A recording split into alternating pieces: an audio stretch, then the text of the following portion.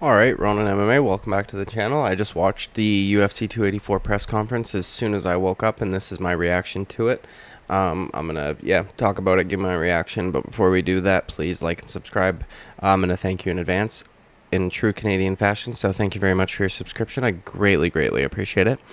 And also, I would like you guys to let me know in the comments if you'd be interested in watching me live stream. There's some days where I don't feel that there's a good enough topic for me to make a whole video on it, but with that being said, I could very well, just as easily do a live stream while I'm gaming, or even just sitting here answering your guys' question, and then a cumulative amount of smaller related MMA questions. We can make a stream out of it. So let me know if you'd be interested in any of that. I love playing video games, so I would love to do a video game stream, but not if nobody's gonna watch it. So anyways, just watched the UFC 284 press conference, as I said in the opening. I want to give my thoughts and reaction to it. Man, that shit made me love Alexander Volkanovski and Islam a whole lot more. I love the way that Islam handles, like, banter. Any of that. It's fun to listen to, man, because his English has gotten much better. And he has a good time with it, dude. The Australian crowd booing the shit out of him, and he is like just smiling and then says thank you. Like, it's perfect for someone that's got relatively broken English. He does a good job. It reminds me of Piotr Jan. Piotr Jan's got jokes. That dude speaks like no English, and he says funny stuff on Twitter. So I appreciated that. And then, when he said how much he appreciated Australia and the fans and their knowledge of the sport and MMA and who he was, he got crazy cheers. It's fun stuff, man. I like him. I enjoy him and his press conferences a lot more than Khabib's. And I said that in my video about this fight. But Volkanovski had that crowd eaten out of the palm of his hand, man. It was good. And he was feeling himself, and he was getting into it, and I like that. He's having a good time with it. He's not. It doesn't seem to me that he's feeling the pressure of fighting in front of a hometown crowd, even though the stakes they're high. I know people keep saying, "Oh, well, he doesn't have a lot to lose here." It's no champion wants to lose. You want to lose a fight in front of the two guys that are fighting for the next fight with you. Like, you know what I mean? You don't want to lose that fight. They're not going to take you as seriously. People aren't going to take you as seriously. Yeah, he's the champ here, but he's coming off of a loss and blah, blah, blah, blah, blah. And, it's not nothing to lose. To us, it looks like there's nothing to lose because we're just doing math. Oh, Volkanovski wins, he gets 2 belts. He loses, he still has 1 belt. Whereas if Islam wins, he still has 1 belt. If he loses, he has no belts. But it's not that simple, man. To us, it's that simple. To them, it's not that simple. Volkanovski's not going to be happy if he loses, because he's a competitor, and he thinks that he can get it done. And yeah, man, I love the way the Aussie crowd gets behind their fighters. Like, it's different, man. In the United States, you've got to not just be from the United States. You've got to be an entertaining, popular fighter in order to get the kind of pop that a guy like Jack Della Maddalena, who didn't say anything extraordinary or, super fun, was getting the kind of cheers that he was getting. Yair Rodriguez seems to have a lot better, he seems to be in a lot better mood than he is, like, after a fight. Maybe he just goes nuts when he's in a fight and his brain just goes crazy. But we've seen him get mad a few times, and he seemed happy as shit, dude. And then Josh Emmett was literally trying to suck Alexander Volkanovski's dick while he was speaking there. That's okay. I want to talk about something I saw on Media Day too, by the way. There's not a whole lot to talk about in this press conference anyways. Like, there was some fun moments and whatever, but it wasn't crazy. There was no beef, which I actually like. I don't like the fucking yelling and screaming and the Gucci minks and all that shit. That ain't for me. But on Media Day, this made me have true appreciation for Randy Brown. Randy Brown's earned my respect. I already had his He already had my respect. Not that he fucking needs it as a fighter. Now he's got my respect as a person. Because during media day, it was like when they all had a turn to go sit at the table alone, get answered questions. You know what I mean? Scrum. They do it every event. I believe it was Mike Bohm or Baum, however you say it, from MMA Junkie. Typically, I don't have any gripes with him. I mean, he's whatever.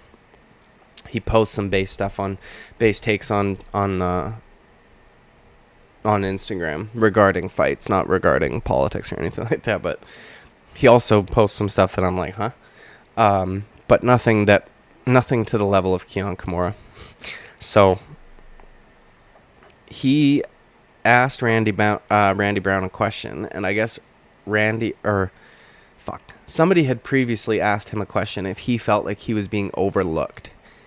And he said, yeah, I do think I'm being overlooked. I've been here for a long time, a win streak, blah, blah, blah, all this stuff, right?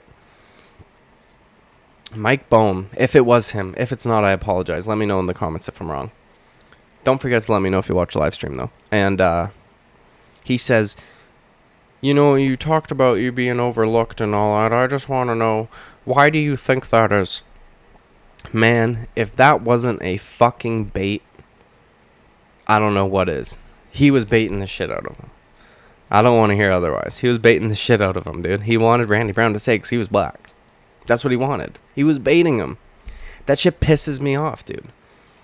He wouldn't ask that to anybody else. Why do you think that is? You think you're like, it was strange, man. And then Randy Brown, the fuck, that was like half yawn, half burp. I don't know what the fuck that was. Answers the best way possible, man. Self-accountability. He says, I think it's because of my last performance. You're only as good as your last performance. I haven't given anybody a reason to be super hype about me. And that's that. Done deal. None to do with scan color. Fucking Mike Bohm. Get out of here with that shit, dude. Don't be bringing that shit here.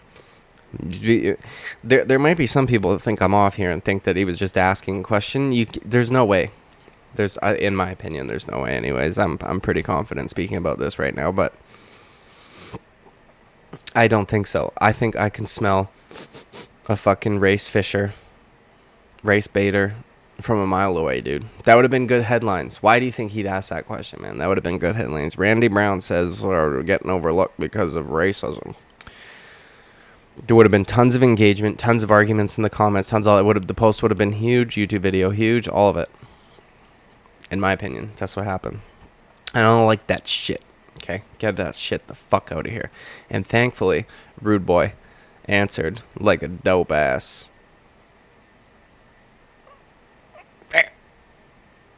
Yep.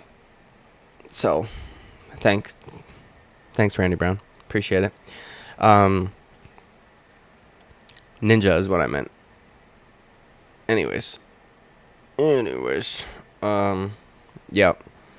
Crowd was awesome. John Anik looked like he was so happy to be there. It was so cool, dude. He's like got the best job in the world.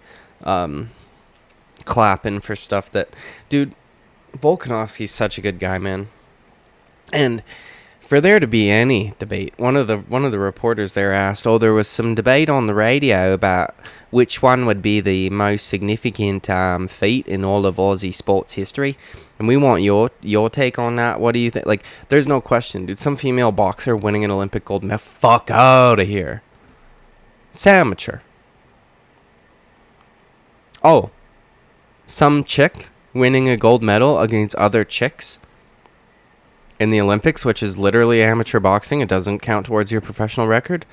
That's a better, more impressive athletic feat than Alexander Volkanovski being a fucking professional rugby player, coming down, losing 60 pounds, 50 pounds, becoming the UFC's featherweight champion, defending his belt multiple times in dominant fashion, moving up a weight class and fighting one of the, best fighters in the mind of fans. And dude, if he wins double champ status in this fight, in my opinion, this will be the most impressive. Conor McGregor's was not that impressive to me. It was very cool because it was the first time anybody had ever done it. And obviously it's impressive. This is all relative. I'm not shitting on one saying it wasn't impressive. I'm saying we're going to compare all of the double champ belts. Double champ holders. Sorry. And so relative to that subject, it was not that impressive in the sense that he never defended his title at featherweight. And Eddie Alvarez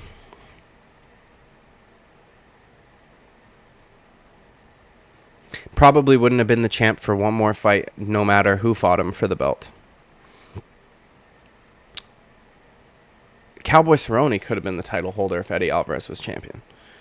You know what I'm saying? And Cowboy was good back in his heyday, but I don't think he's champion level. And I love Cowboy. I'm not shitting on him, but it was a perfect stylistic matchup, and I don't think there were many people watching the sport that knew what they were talking about or looking at that thought that Eddie Alvarez was going to win that fight. And then Cejudo, impressive, yes, because Marlon Moraes was thought of as a beast at the time, right? But I think he kind of exposed him. It was a vacant belt. TJ Dillashaw was the actual champion, got popped for PEDs. We all know the story. I think that the fight between TJ Dillashaw and Henry Cejudo would have gone a lot differently at bantamweight if TJ wasn't on a bunch of fucking EPO to try and make the weight of a 10-year-old child.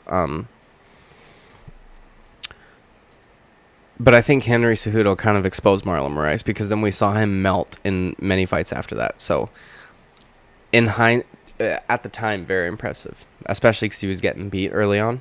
But with hindsight, again, all relative, right? And also, him winning the belt off Mighty Mouse the way that he did, that was such a close fight. Either guy could have gotten it. It wasn't like a dominant performance. There should have probably been a trilogy, but they got rid of Mighty Mouse right after, so we never saw that. And Amanda Nunes, whatever. We will talk about the men. Daniel Cormier.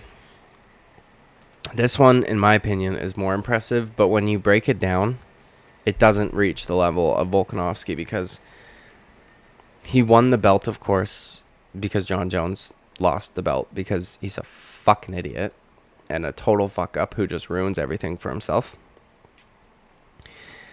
So, and also he had beaten Daniel Cormier. And then Daniel Cormier defends his title against fucking Volkan Ozdemir. Volkan Ozdemir? Who? Volkan Ozdemir? Okay. Not that great, I mean, not that great of a defense. It was easy work for him. He made good money, all that stuff. Fun deal, but not a legacy fight.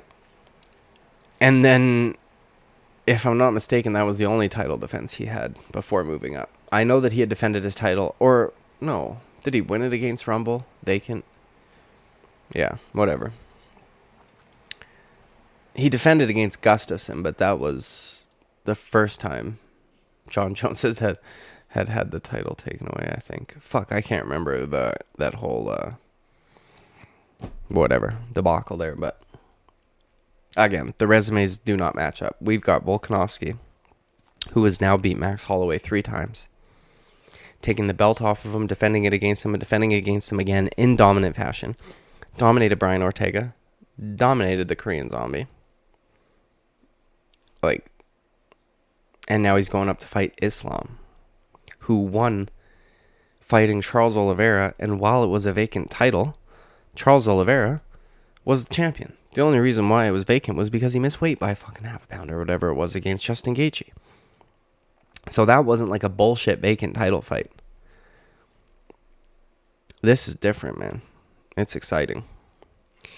And now I'm just talking about the fight again, which I just did for 20 minutes. But, I just wanted, quick reaction to the presser. It was fun stuff. Wasn't any beef or anything like that. But it just made me more excited for this fight. So I wanted to talk about it briefly. So, yeah, I'm going to go. Let me know in the comments if you want to watch a live stream, gaming, whatever. Tell me. And don't forget to like and subscribe. I'm going to thank you in advance, again, in Canadian fashion. Thank you very much for your subscription.